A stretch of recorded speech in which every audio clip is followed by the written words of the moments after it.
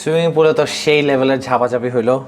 রুমে চলে আসছি। রুমে ট্যুর তো দিতে পারিনি বিকজ আমাদের যখন আসছিলাম তখন রুমটা বুক ছিল। রুম চেক আউট হয়েছে, এরপরে আমরা চেক ইন করছি। So that's the washroom inside, okay. এবং হচ্ছে দিস ইজ দ্য রুম, এটা হচ্ছে এন্ট্রান্স। এবং এরপরে হচ্ছে দিস ইজ দ্য রুম। এখানে সুন্দর খাট আছে, এখানে আরেকটা চিল করার মতো একটা জায়গা আছে, বারান্দা আছে, জোস, টিভি আছে। আর এই সাইড দিয়ে আরেকটা বারান্দা আছে, বারান্দা না সরি, আরেকটা জানালা আছে।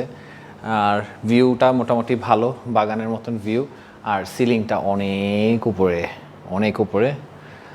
সো খুব ভালো লাগতেছে, বাট খুব খিদা লাগছে। খাওয়ার টাইম হয়ে গেছে, 3:15 বাজে।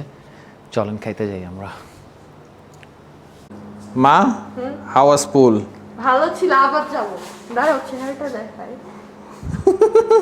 আবার যাওয়া? হ্যাঁ, রাতে আবার নামবো, অ্যাস্থেটিক ছবি তুলবো। এখন ছবি তুলতে পারি না। ওকে, ঠিক আছে। আচ্ছা, আসলে কিন্তু অনেক পরে। আমরা এখন লাঞ্চে যাব। লাঞ্চের টাইম শেষ হয়ে গেছে। আমরা লেট করছি। আমরা লেট লতিফ না, we are VIP, that's why আমরা একটু লেটই করি সব কিছু। বাড়ি খাইলে তখন কোনো সমস্যা নেই, ক্ষুধা লাগে নেই।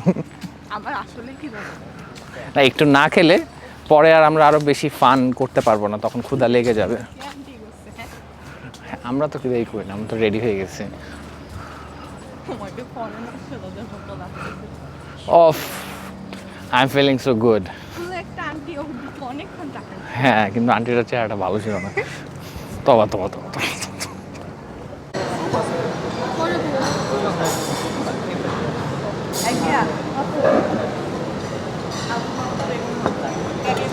আসলে বিষয়টা হচ্ছে মনে হয় যে বাংলাদেশের বাইরে গেলেও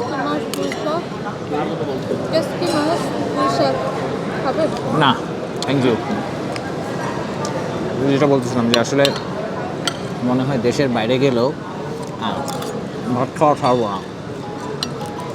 তো এখানে আজকে একটু কনফিউজ হয়ে গেছি যে ভাত নিছি, সাথে পাস্তা নিছি।